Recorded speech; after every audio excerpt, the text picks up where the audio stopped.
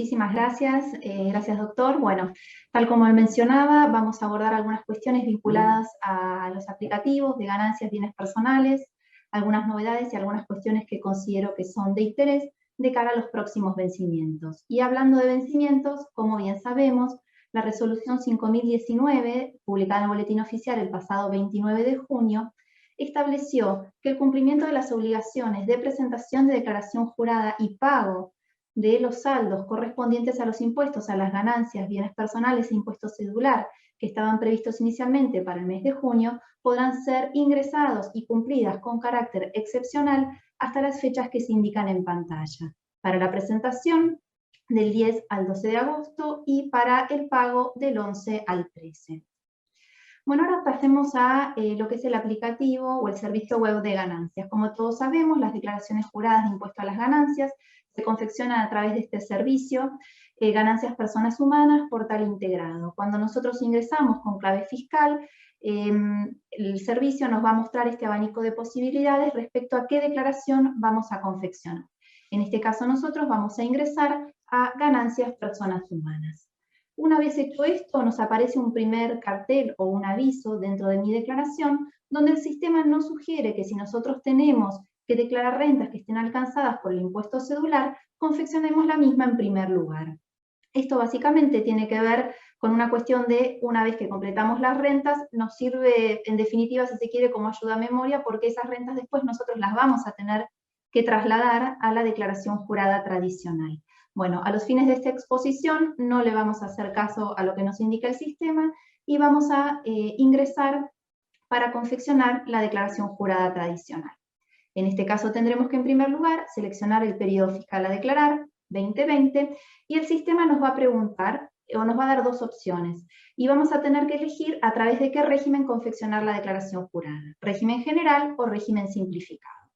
Nosotros vamos a seleccionar y vamos a recorrer el camino de régimen general, pero recordemos que el régimen simplificado no alcanza a todos los contribuyentes, sino que a determinados casos son aquellos sujetos que hayan percibido ingresos derivados exclusivamente del trabajo en relación de dependencia, actores o socios de entidades cooperativas que trabajan personalmente en la explotación, o aquellos que, además de estas rentas, han obtenido rentas alcanzadas por el monotributo, rentas exentas o no alcanzadas por el impuesto a las ganancias. Pasemos entonces a ingresar al servicio por el régimen general. En esta primera pantalla vemos un cambio respecto al año 2019 porque el sistema va a preguntar a aquellos sujetos que revistieron la condición de empleadores durante el periodo fiscal 2019 que seleccionen o que tilden en cada casillero en el caso de que hubieran accedido a alguno de los beneficios que allí se detallan. Son aquellos beneficios que estuvieron vigentes durante el periodo fiscal 2020 vinculados a la emergencia sanitaria y económica. Este caso será el salario complementario en el marco del programa ATP, el beneficio de crédito a tasa subsidiada para empresas y el beneficio del programa Retro 2. Respecto de este punto, quiero hacer una mención en cuanto al ATP del 2020. Cuando ingresamos al sistema vamos a ver que nos va a permitir su inclusión como rentas de la tercera categoría, no así como rentas de cuarta, cuando en realidad podría llegar a ocurrir que una persona con rentas de cuarta hubiera revestido la condición de empleador. Esta situación fue planteada a la FIP en el marco de las reuniones del espacio de diálogo con entidades profesionales, y en la reunión del 24 de junio se dejó planteado este tema y el mismo quedó bajo análisis por parte del fisco. Esperemos obtener alguna respuesta en el corto plazo. Bien, y acá simplemente para que tengan una idea de en base a qué opción selecciona el empleador, será la pantalla que se nos va a abrir y las distintas opciones que tendremos que confirmar o no. Básicamente tienen que ver con algunas limitaciones que aquellos empleadores tenían para operar en relación a adquisición de títulos valores o a erogaciones hacia sujetos vinculados del exterior en países no cooperantes o de baja o nula tributación, que sabemos que son limitaciones que tenían aquellos contribuyentes que habían accedido a este tipo de beneficios. Pasemos ahora a lo que son las deducciones generales. Cuando nosotros ingresamos dentro de mi declaración de terminación de impuestos, podemos ingresar al campo de deducciones. Allí se nos van a abrir tres opciones: deducciones generales de fuente argentina, fuente extranjera y deducciones personales. En cuanto a las deducciones generales, quiero hacer una breve mención a lo que tiene que ver con la deducción de personal de casas particulares. Sabemos que el empleador de personal de casas particulares podrá deducir del impuesto a las ganancias la remuneración abonada al trabajador, así como también las contribuciones patronales ingresadas. El límite anual deducible es el importe del mínimo no imponible, que para el periodo fiscal 2020 es de 123.861 pesos. Tengas en cuenta que no se traslada al tope de la deducción el incremento, por ejemplo, del mínimo no imponible que aplica para los trabajadores de la zona patagónica. Esto en realidad no es una limitación sistémica, sino que surge de la propia norma, y en tal sentido fue lo que manifestó el fisco en la reunión del espacio de diálogo del pasado 24 de junio. Acá, como vemos en la pantalla, por un lado, el sistema nos va a traer automáticamente el tope computable de los 123.000 pesos, y por otra parte, como vemos a la derecha, si el contribuyente presenta el formulario 572 web, ¿no?, cumplimenta con el CIRADIF, este servicio va a traer o va a importar automáticamente la carga de información que se hizo en el CIRADIF y nos la va a mostrar en esta pantalla. Nosotros podremos confirmar y continuar la carga o eliminarla y cargar la información que consideremos que es la definitiva. También ocurre que si nosotros queremos computar una deducción y vamos a ingresar una quit, puede ocurrir que el sistema nos arroje este mensaje de advertencia. ¿Por qué? Porque para que proceda la deducibilidad de los importes abonados al personal de servicio doméstico, es necesario que esa relación laboral se encuentre debidamente registrada en el registro especial de casas particulares. Entonces, si esa relación no está registrada, el sistema nos va a mostrar un mensaje de advertencia, sin perjuicio de lo cual nos va a permitir después continuar con la carga. Pero bueno, esta es una señal de alerta importante porque sabemos que esa deducción realmente no puede ser computada desde el punto de vista normativo y el fisco lo puede detectar fácilmente mediante este cruce de información. En materia también de deducciones, la novedad que trae el sistema es que al cargar las deducciones en la pantalla de determinación del impuesto de deducciones, nos traslada automáticamente la misma a la pantalla de determinación del impuesto. En este caso yo muestro un ejemplo para lo que son rentas de fuente argentina. Fíjense, había cargado, por ejemplo, una deducción de seguro de vida, y el sistema automáticamente, como pueden ver ahí en la parte inferior de la pantalla, traslada el importe de la deducción a este campo. También puede ocurrir, o existen algunos casos donde si bien yo ingresé la deducción, el sistema no me lo traslada automáticamente a la pantalla de determinación de impuesto renta, en este caso de fuente argentina. Esto ocurre para el caso que el contribuyente no hubiera declarado ingresos, pero sí hubiera informado una deducción en el periodo fiscal. Entonces, si bien como pueden ver ahí en la pantalla, el sistema me trae el importe, lo trae como un mero dato informativo y me pide que yo confirme el importe que quiero computar, que generará eventualmente un quebranto. En materia de deducciones, otra novedad que tenemos respecto del año 2019 es la deducción que está vinculada a este régimen transitorio, al régimen general para monotributistas, del régimen de sostenimiento e inclusión fiscal para pequeños contribuyentes, tema del cual nos ha tratado Diego en la exposición del día de hoy y también en exposiciones anteriores. Sin intención de ahondar en el tema, quisiera mencionar dos deducciones que se encuentran vinculadas con esto. La ley 27.618, en el artículo 6, inciso B, prevé que aquellos monotributistas que hubieran estado inscritos en el régimen al 31 de diciembre del 2020 y que hubieran superado en más del 25% el importe máximo de la categoría correspondiente al tipo de actividad, y en la medida que sus ingresos no hubieran superado el 50% del límite máximo establecido para microempresas, van a poder computarse las siguientes deducciones. Por un lado, como gasto, un gasto, digamos, deducible de la categoría que corresponda, una suma equivalente al 82% del monto total facturado por el responsable inscrito en el IVA, en concepto de compras de bienes, locaciones y prestaciones de servicios que sean imputables al periodo fiscal, que se encuentren obviamente vinculadas a actividades gravadas. Y también una deducción especial en los términos del artículo 85, equivalente al 50% de los ingresos brutos correspondientes a la categoría máxima que resulte aplicable en función de la actividad. Y esta será una deducción proporcional a los meses a declarar. Asimismo, podrán computarse las restantes deducciones que resulten admisibles conforme la ley del impuesto a las ganancias. Acá lo importante que tenemos que recordar es que los montos a detraer por los incisos A y B tienen un límite, que es el 75% del importe que surja de la sumatoria de las ganancias brutas de las 4 categorías del impuesto a las ganancias. Acá vamos a recorrer las pantallas, lo que tiene que ver con la deducción del inciso B.1, gasto deducible. Lo vamos a encontrar tanto en renta de fuente argentina como de renta de fuente extranjera, y dentro de la categoría que corresponda podremos consignar el impuesto. Y también la deducción especial del punto 2 tiene una pantalla especial, ya no va a ser dentro de la renta, sino va a ser dentro de determinación de impuesto, deducciones personales. Allí, como vemos en pantalla, tenemos un campo específico para computar esta deducción.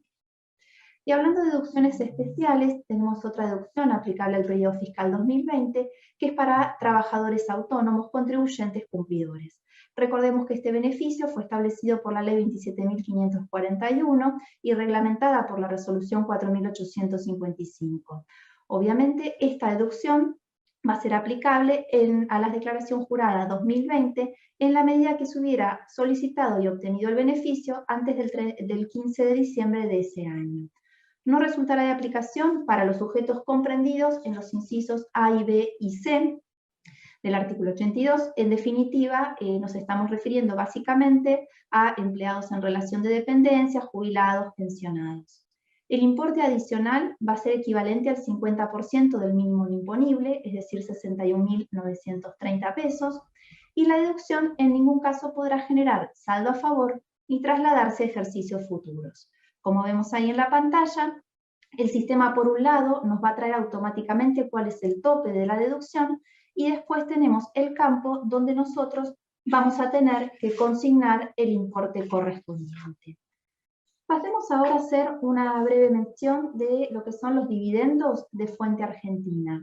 ¿Sí? En el caso de dividendos y utilidades del artículo 49 y 50 de la Ley del Impuesto a las Ganancias, excepto para los sujetos del artículo 73, sabemos que se encuentran comprendidos en el artículo 97 de la ley, es decir, en el capítulo relativo a impuesto cedular.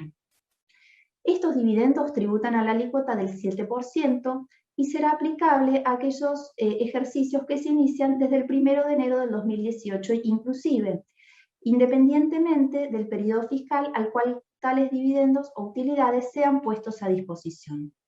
El impuesto será retenido por la entidad pagadora. Y si bien se trata de impuesto cedular, no se declara a través de la declaración jurada de impuesto cedular, sino que se declara a través de la declaración jurada tradicional de ganancias personas humanas. Tendremos que ingresarlo en el campo rentas nacionales, segunda categoría, dividendos y otras utilidades asimilables. También puede ocurrir que el contribuyente perciba dividendos que están exentos, ¿sí? En este caso se va a tratar de dividendos que estén originados en utilidades o, digamos, que correspondan a periodos iniciados con anterioridad al 1 de enero del 2018, que eventualmente para la empresa hubieran estado alcanzados de corresponder por el impuesto de igualación. En este caso, entonces, la renta se va a cargar dentro de la declaración jurada general, pero dentro del cuadro de variaciones patrimoniales en el campo que corresponda. Ahora vamos a recorrer entonces la pantalla que tiene que ver con el dividendo de fuente argentina, renta gravada. Ingresamos a rentas nacionales, segunda categoría, y dentro de esta a la segunda opción, dividendos y otras utilidades asimilables. En la pantalla siguiente vamos a incluir todos los datos de identificación que nos pide el sistema. El sistema nuevo nos va a mostrar un resumen de la información cargada, que podrá ser modificado o eliminado según sea necesario. Y por último, en la pantalla de impuesto determinado nos va a traer esta información. Como vemos, por un lado, nos va a traer los ingresos por dividendos con la alícuota correspondiente y va a determinar el impuesto. Y por otra parte, como vemos a la derecha de la pantalla, nos va a incorporar o nos va a mostrar el resto de las rentas que declaró el contribuyente y determina el impuesto exclusivamente por el resto de las rentas. Y luego hace la sumatoria de ambas y nos muestra el impuesto determinado total. Como vemos acá, en el caso de que estemos en presencia de una renta exenta, como mencionaba hace un ratito, lo tendremos que incluir en el cuadro de variaciones patrimoniales dentro del campo desplegable en el correspondiente a dividendos. Entonces, para recordar, en el caso de dividendos grabados, la retención del impuesto a las ganancias del 7%, practicada en los términos de la resolución 4478, para los sujetos inscriptos en el impuesto a las ganancias tendrá el carácter de impuesto ingresado, será computada en la declaración jurada general del impuesto a las ganancias, podremos importar desde el servicio de mis retenciones las retenciones sufridas y se computará junto con las demás retenciones contra el impuesto determinado total del ejercicio.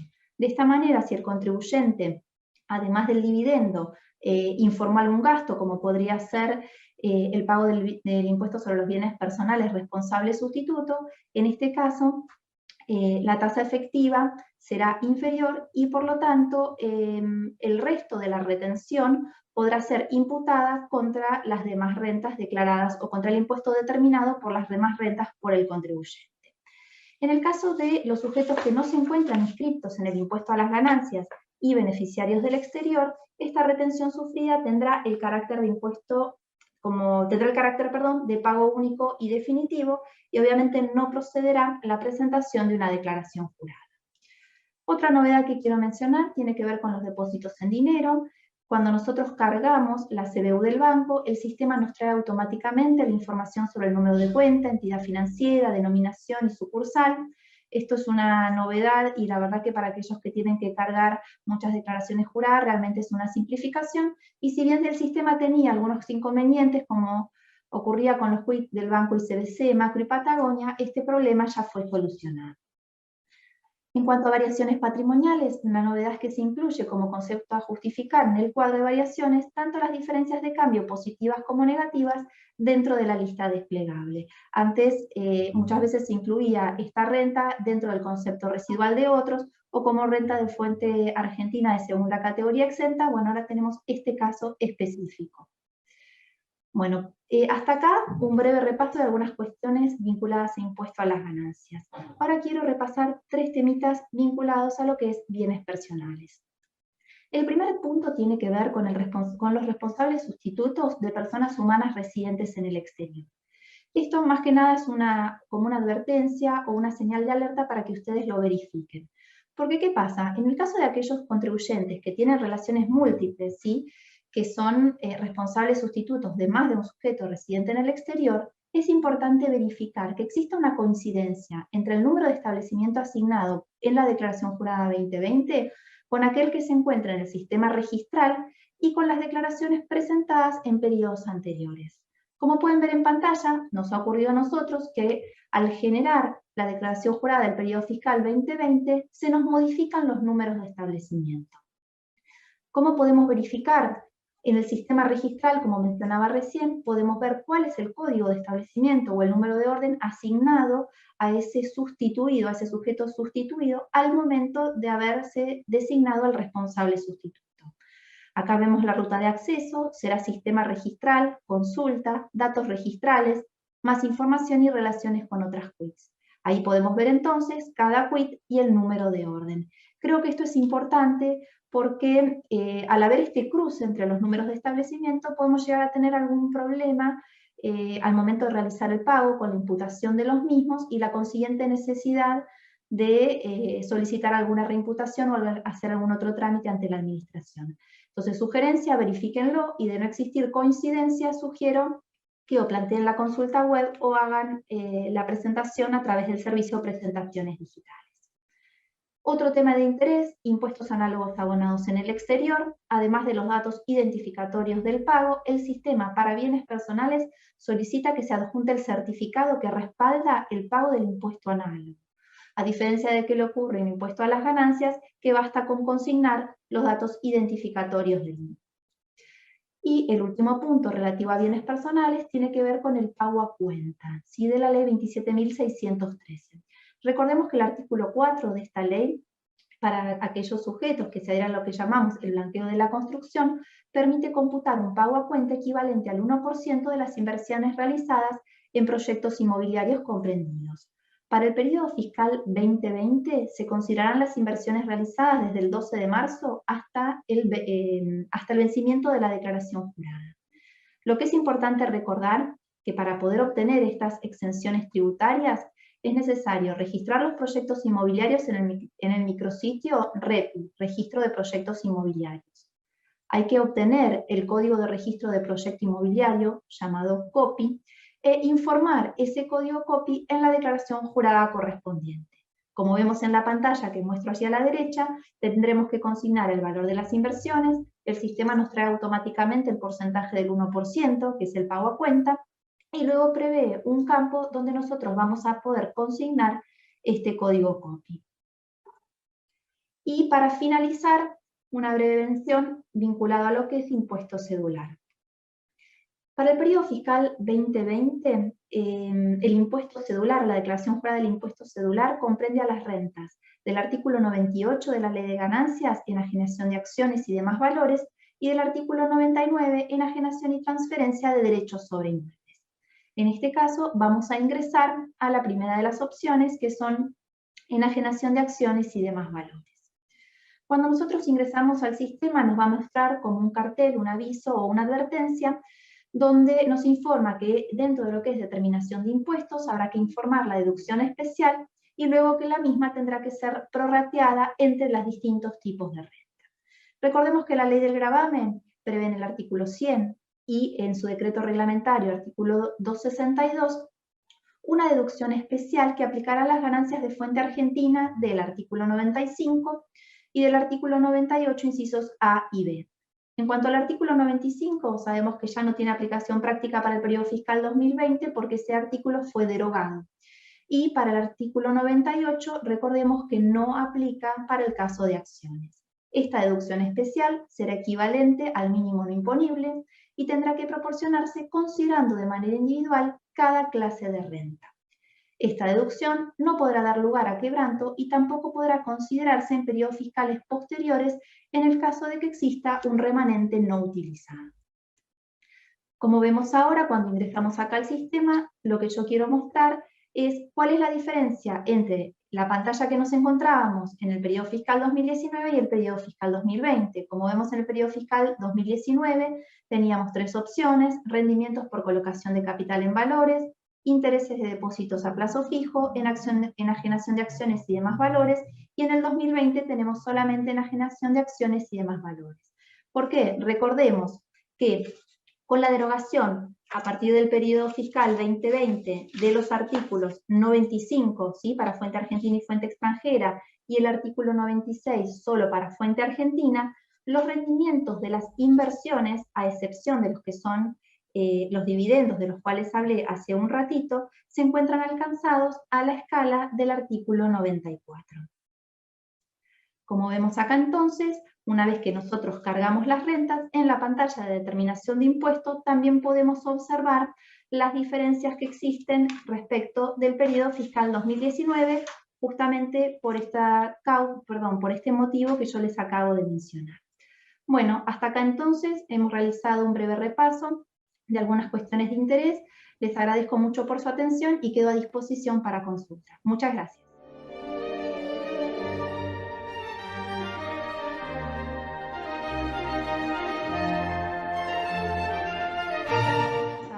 Abordar algunas de las preguntas que nos han planteado. Una tiene que ver con ganancia de fuente extranjera. Dice: la ley permite compensar ganancias grabadas al 15 con pérdida grabada a escala. El aplicativo compensa ganancias 2020 con pérdida del ejercicio anterior. ¿Qué ocurre con ganancias 2020 con pérdida del mismo año?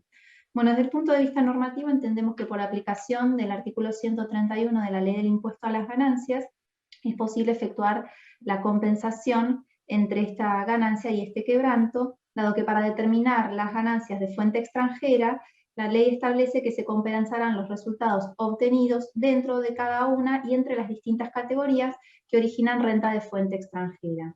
Es cierto que, por lo que hemos podido observar al trabajar un poquito en el aplicativo, el sistema no está permitiendo realizar esta compensación ni en uno ni en otro sentido, y también hemos encontrado limitaciones en cuanto a quebrantos de ejercicios anteriores, así que sí, esto es una limitación que entendemos que debería ser subsanada.